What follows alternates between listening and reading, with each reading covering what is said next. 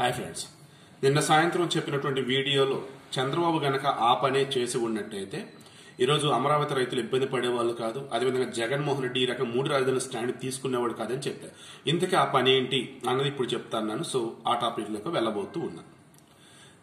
October 22, 2015 Amaravati శంకుస్థాపన జరిగినటువంటి date.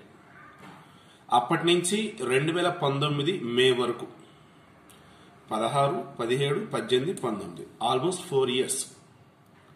మరి ఈ 4 ఇయర్స్ అంటే 3.5 ఇయర్స్ వేసుకోండి ఆన్ యావరేజ్ గా. మరి ఈ 3.5 ఇయర్స్ లో ఏదైనా ఒక బిల్డింగ్ ని గనక అనుకుంటే మరీ 100 అంతస్తులు 1000 అంతస్తుల బిల్డింగ్లు కాకుండా ఒక 5-6 అంతస్తులు కొంచెం ఎక్కువ స్పేషియస్ గా ఉన్నది కంప్లీట్ చేయలేరా? బ్రహ్మాండం కంప్లీట్ చేయొచ్చు. జస్ట్ మొన్న శంకుస్థాపన చేసినటువంటి మన నూతన parliament భవనమే with in 18 months 2 years లోపు చక్కగా కంప్లీట్ చేసి ఇచ్చేస్తామని కూడా చెప్పారు వాళ్ళు. అది కూడా మనకి ఎక్స్ట్రాడినరీ ఫీచర్స్ తో. మరి 2 సంవత్సరాల్లోనే శాశ్వత నిర్మాణం అత్యద్భుతమైనటువంటి పార్లమెంట్ భవనాన్ని నిర్మించి ఇవ్వడానికి వేరే వాళ్ళు రెడీగా ఉన్నప్పుడు అమరావతిలో శాశ్వత అసెంబ్లీ ఎందుకు నిర్మించాల? శాశ్వత సెక్రటరియట్ ఎందుకు నిర్మించాల? శాశ్వత రాజ్భవన్ ఎందుకు నిర్మించాల? అదేవిధంగా శాశ్వత హైకోర్టు, ఈ 4 సంబంధించి ఉన్నట్టయితే సెక్రటరియట్ అంటే ఏంటి? అడ్మినిస్ట్రేషన్ మొత్తం అక్కడి నుంచే నడుస్తుంది. సో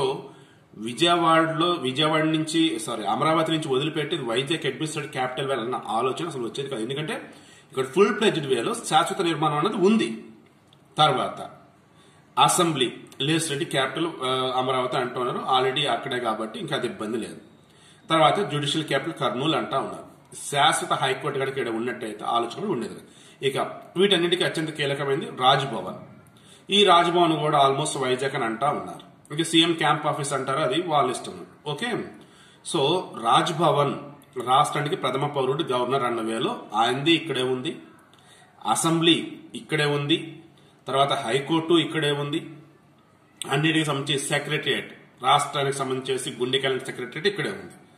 ఇంకా 3 రాజధానుల ఆలోచన అసలు వచ్చేదా జగన్మోహన్ రెడ్డికి అంటే వచ్చేది కాదు. ఒకవేళ వచ్చినా శాశ్వత నిర్మాణాలన్నీ ఇక్కడ ఉన్నప్పుడు అక్కడొకటి ఇక్కడొకటి ఏంటి అని చెప్పేసి అంత క్వశ్చన్ చేసేవాళ్ళు, కోర్టులు సైతం తప్పుబట్టేవి, కేంద్రం సైతం ఒప్పుకునేది కాదు.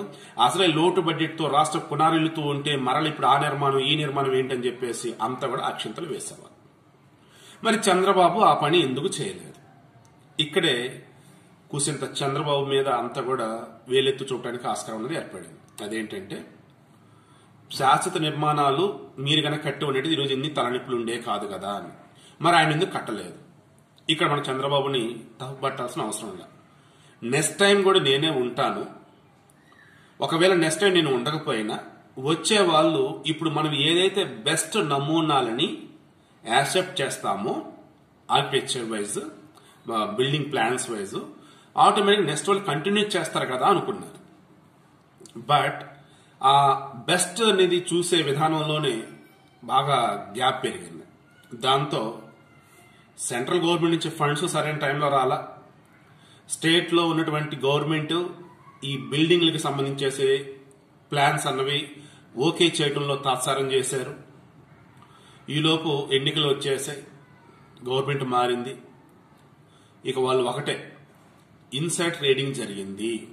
ఇన్సైడ్ ట్రేడింగ్ అంటే పలానా చోట పలానాది రాజధాని రాబోతుంది, అక్కడ భూములు మన వాళ్ళకి చెప్పండి రా కొనుక్కుంటారు, తక్కువ రేటుకి ఇప్పుడు దొరుకుతాయి, వన్స్ రాజధానిని ప్రకటన చేయగానే భారీ మొత్తంలో రేట్లు వస్తాయి వాళ్ళకి అని ఈ టీడీపీలో ఉన్నటువంటి పెద్దవాళ్ళు మిగతా వాళ్ళు చెప్పున్నారు. దాంతో భూములు కొనుక్కున్న వాళ్ళు వీళ్ళే, వీళ్ళ పార్టీ వాళ్ళే, వీళ్ళ సామాజిక వర్గం వాళ్ళే. అందుకని చెప్పేసి మేము ఇక్కడ రాజధాని ఉంచదలుచుకోవాలా అన్నది ఒక పాయింట్ చెప్తూ, ఈ రాజధాని అన్నది 3 ప్రాంతాలు కూడా అందుబాటులో ఉండాలి. అందుకే ఒక రాజధాని administrative capital Vizag, judicial capital Kurnool, legislative capital Amaravati, అధికార వికేంద్రీకరణ అన్నారు. కావాల్సింది ఏంటిది? మనకి డెవలప్మెంట్ వికేంద్రీకరణ కావాలి. డెవలప్మెంట్ అంటే అభివృద్ధి అన్నది ఒక చోట కేంద్రీకృతమే ఉండదు. జస్ట్ లైక్ హైదరాబాద్ లో ఉమ్మడి ఆంధ్రప్రదేశ్ ఉన్నప్పుడు అదే సమస్య. బట్ ఇప్పుడు అభివృద్ధి వికేంద్రీకరణ గురించి ఆలోచించకుండా అధికార వికేంద్రీకరణ గురించి ఆలోచిస్తూ ఉన్నారు. అది ఈరోజు అది పెద్ద సమస్య అయింది. అమరావతి రైతుల పాలిట అదే శాపంగా మారింది. ఒకవేళ అభివృద్ధి వికేంద్రీకరణ కనుక ఆలోచించినట్లయితే ఖచ్చితంగా రాష్ట్రం అంతా డెవలప్ అయ్యేది. ఈ పాటికి జరగాల్సిన పనులు అన్ని చకచకా జరిగాయి.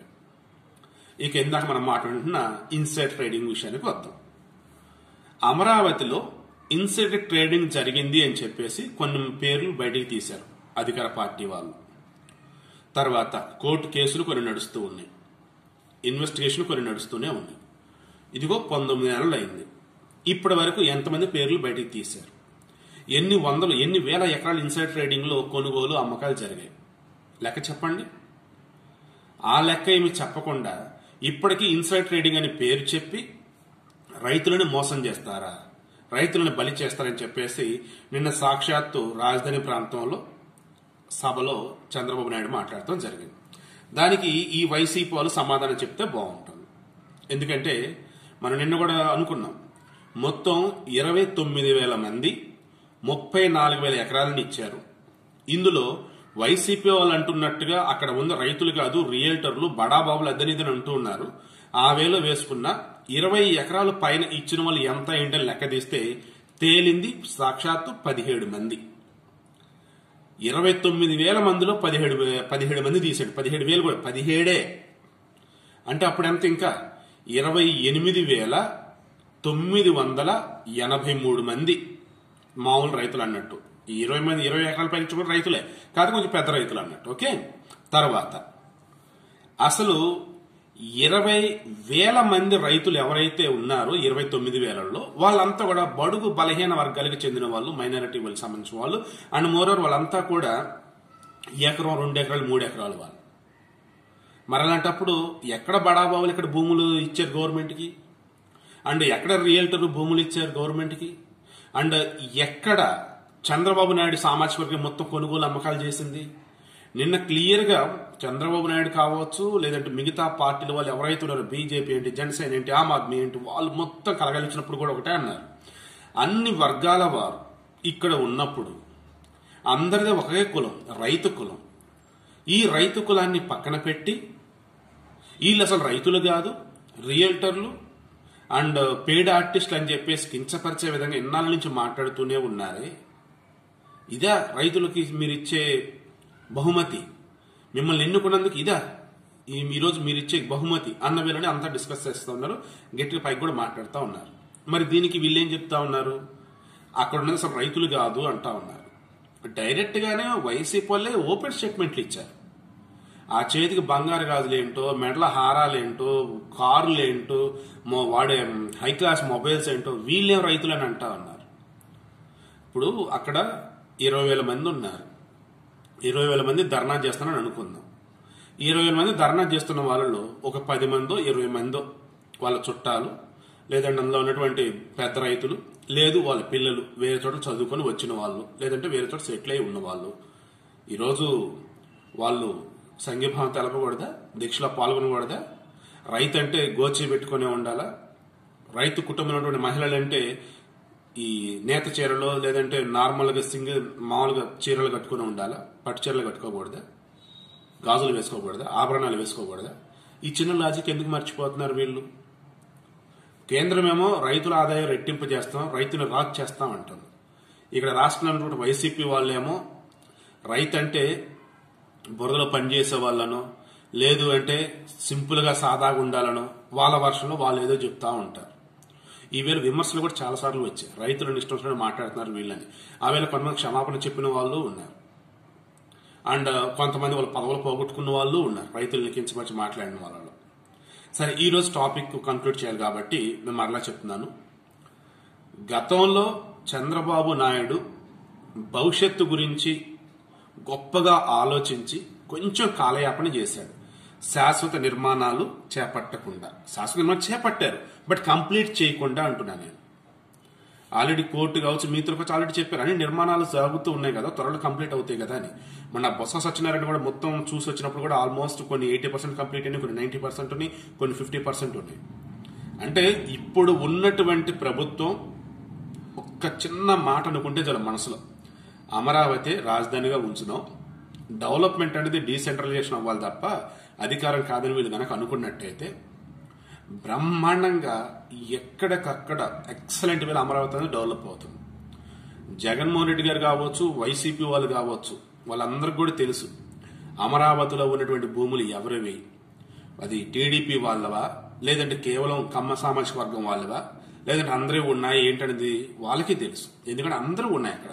నా క్లోజ్ ఫ్రెండ్స్ చాలా మంది పాపం ఉద్యోగాలు మానుకుని మరి మొన్న ఎలక్షన్స్ లో ప్రచారం చేసిన వాళ్ళు ఉన్నారు, ఏది వైసీపీ కోసం. ఎందుకురా ఏంట్రా అంటే రేపు వాళ్ళు గెలిస్తే ఎక్సలెంట్ గా డెవలప్ చేస్తున్నారు అమరావతిని, అత్యద్భుత రాజధాని నిర్మిస్తామన్నారని. గెలిచిన తర్వాత అడిగాను, ఏంట్రా మరి పరిస్థితి ఇన్నాళ్ళైనా సరే ఇక్కట్లో ఉందంటే ఏంటో అసలు మా కర్మ మాకు తెలియటం లేదు, మొహం చూపించుకోలేకపోతున్నాం అక్కడ ఉన్న జనాలకి అనేసి అంటా ఉన్నారు. సో కన్క్లూజన్ వన్ వర్డ్, ఆనాడు ఆయన బెస్ట్ కోసం ఆలోచిస్తూ శాశ్వత నిర్మాణాలని కంప్లీట్ చేసే విషయంలో కూసింత డిలే చేసిన మాట వాస్తవమే. అంత మాత్రం చేత ఈ రోజు 3 రాజధానులు అని చెప్పేసి అందరూ తుగ్లక్ చర్య అంటూ ఉన్నటువంటి ఒక అంశాన్నే తీసుకుని ఎందుకు ముందుకు వెళ్తున్నారు ఒక్కసారి ఆలోచించాలి. అక్కడ ఉన్న వాళ్ళు మన ఆంధ్రులు, మన రైతులు, ఒక రకంగా మన అక్క చెల్లి తాత బాబాయ్ లైక్ అంతా వీళ్ళే. రేపటి రోజు అమరావతినే ఆ రాజధాని అని చెప్పేసి ప్రకటించి డెవలప్మెంట్ కనుక మీరు స్టార్ట్ చేస్తే నిజంగానే అద్భుతమైనటువంటి ఫలితాలు సాధించే ఛాన్స్ ఉంటుంది. అలా కాదు చంద్రబాబు నాయుడు అవి చేయలేదు ఇవి చేయలేదు ఇంకా చంద్రబాబు నాయుడిని కనుక ఏలెత్తు చూపుతూ ఇప్పుడు భూములు చూడ రైతుల నోట్ల మట్టి కొడతా కనుక అవి ఉన్నట్టయితే భవిష్యత్తులో పార్టీ పరంగా కావచ్చు, రాజకీయ పరంగా కావచ్చు, తీవ్రమైనటువంటి ఇబ్బందులు ఈ వైఎస్ఆర్సీపీలో ఎదుర్కోవాల్సి వస్తుందని చెప్పేసి నా యొక్క అనాలిసిస్.